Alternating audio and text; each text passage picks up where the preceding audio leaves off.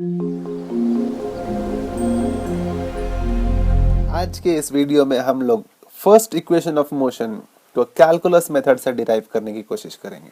और I am sure आप लोगों ने ये इक्वेशन पहले देखा है, v equal to u plus a t, 9th class में, 10th क्लास में और उससे भी पहले शायद। नाउ पहले वेरिएबल्स देख लेते हैं कि ये क्या क्या है।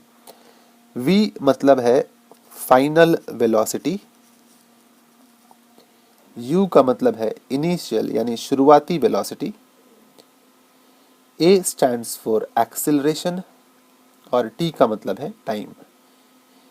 तो ये इक्वेशन चार kinematic variables final velocity, initial velocity, acceleration और टाइम को रिलेट करता है। तो चलिए देखते हैं कि कैलकुलस की हेल्प से कैसे इसको डिराइव किया जाता है। We will start with the definition of acceleration, जो कि बोला जाता है A equal to d v by d t. तो हमारे लिए यहाँ पर सिचुएशन क्या है, एक बंदा है जो कि इनिशियल वेलोसिटी u से एक स्ट्रेट पाथ पर आगे बढ़ रहा है और t टाइम के बाद उसकी वेलोसिटी v हो जाती है और उसका एक्सेलरेशन a है। एक बहुत इंपॉर्टेंट बात है कि हम यहाँ पर एक्सेलरेशन को कांस्टेंट अज्यूम कर रहे हैं।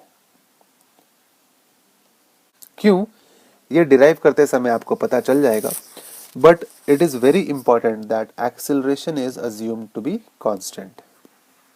ओके, सो इस इक्वेशन को हम दोबारा से लिखें तो हम लिख सकते हैं dv equals to a into d t. और ध्यान से देखो तो ये इक्वेशन हमें चेंज के बारे में बता रहा है। Change in velocity equal to acceleration multiplied by change in time.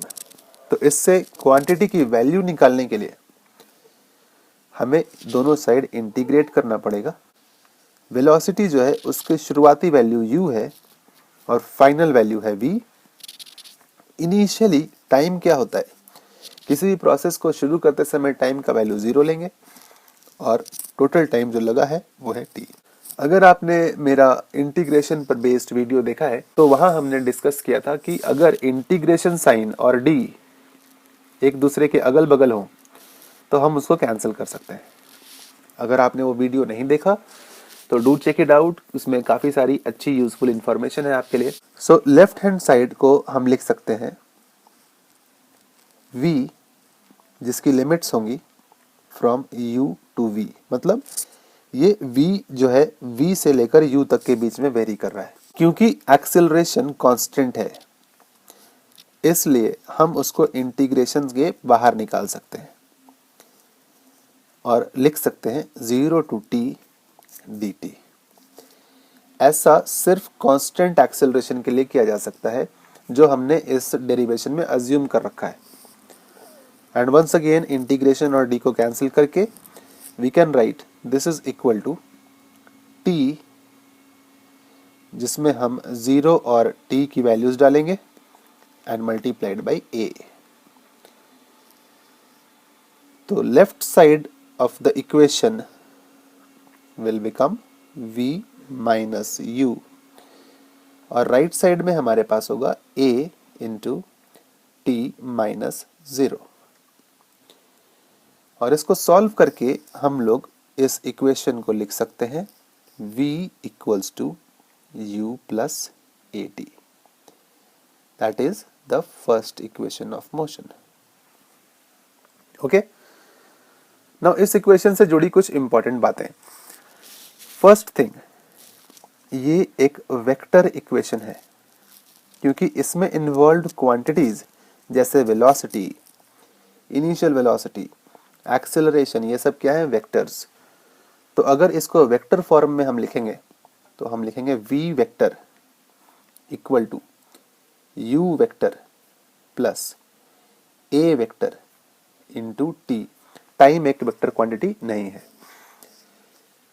दूसरा इंपॉर्टेंट पॉइंट इस इक्वेशन का है, क्योंकि ये वेक्टर इक्वेशन है इसलिए इसको यूज करते समय take care of directions. Blindly value नहीं डालनी है, डायरेक्शंस का ध्यान रखना है। कब डायरेक्शन पॉजिटिव है, कब नेगेटिव है। थर्ड फैक्ट, जो अभी हमने अज्यूम किया था कि एक्सेलरेशन कांस्टेंट है, देयरफॉर इस इक्वेशन को यूज तभी करना है जब एक्सेलरेशन की वैल्यू कांस्टेंट हो। Use only in constant acceleration problems. Finally यहां देखो तो वेरिएबल्स क्या क्या है हमारे पास। We have the variable time और द फाइनल वेलोसिटी, दोनों चेंज कर रहे हैं। Acceleration is constant and initial velocity जो है वो फिक्स्ड है। नाउ यहां t का मैक्सिमम पावर है 1 और v का मैक्सिमम पावर भी है 1। तो अगर v और t के बीच ग्राफ बनाएंगे तो you will get a straight line.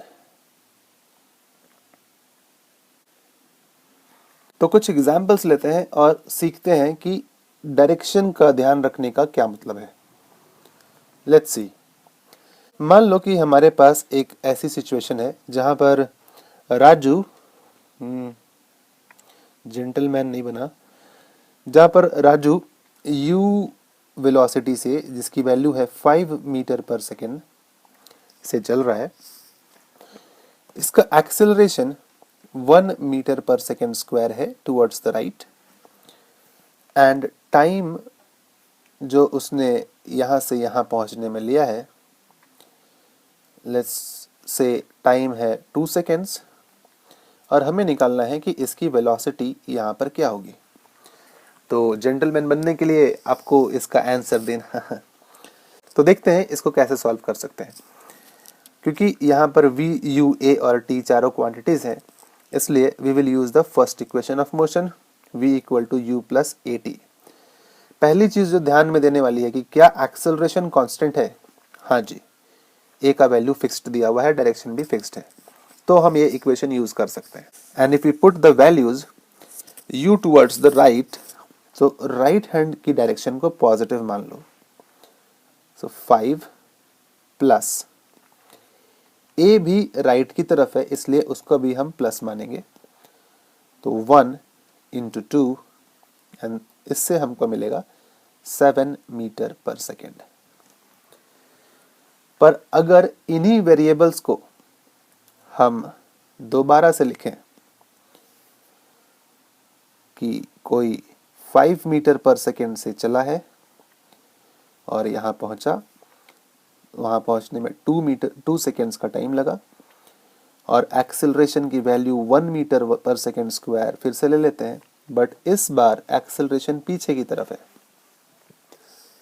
Then अगर हमसे कोई पूछे कि v की वैल्यू क्या होगी,